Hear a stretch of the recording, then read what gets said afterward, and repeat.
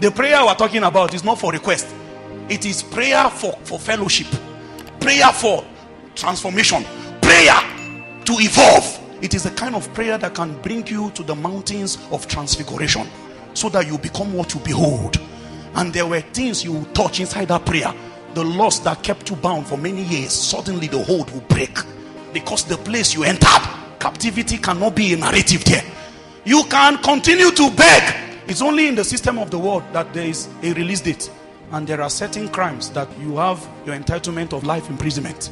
So there is no particular plan to ever release such a captive. But that is the same way Satan keep people under lock and key. No plan for a release date. And so anybody who is sitting here and saying, I know one day things will be good, that one day will never come. Deliverance is not part-time. Deliverance is with violence. Time does not have the story of your deliverance. Just in case you think with time this too shall pass. You know, it's a very nice slogan. It will not pass with time. It will pass with violence. There is something you will do that will make the thing you are running from to start running from you. And it is the technology of download.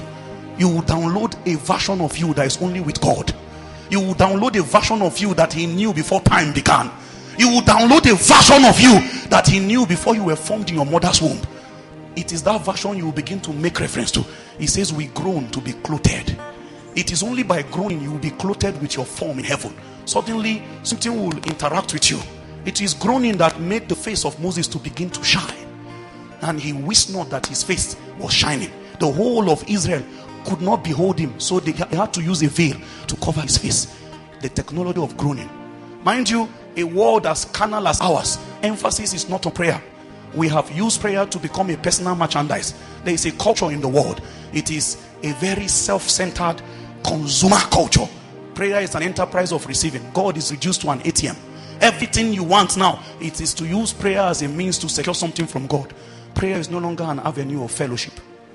There's no time where you allotted a day, and why you went into that retreat is just to know God. When was the last time you did that? What drives us into all night? What drives us into prayer campaigns? It is because we sense the hand of an enemy. It is because we sense we want to push God's finger to take a verdict on our own direction. And so why did the elders pray? They prayed so that their natures would change. They remained until something happened in them. And so tonight, see, my emphasis is not so much, around what God can do for you. I want to stir a generation that wants to do things for God.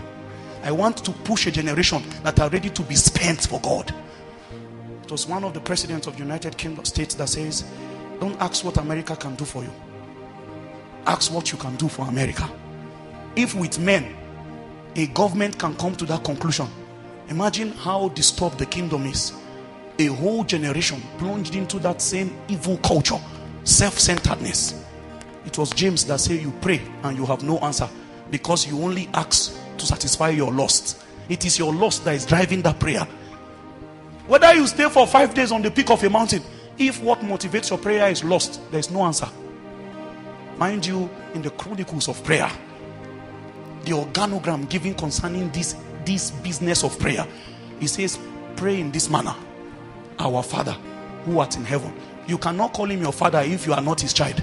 So the first thing is salvation. You must be born again. He says the fervent and effectual prayer of who?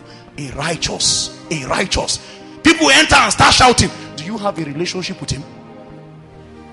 Our prayers have no power because we have not satisfied the conditions of righteousness.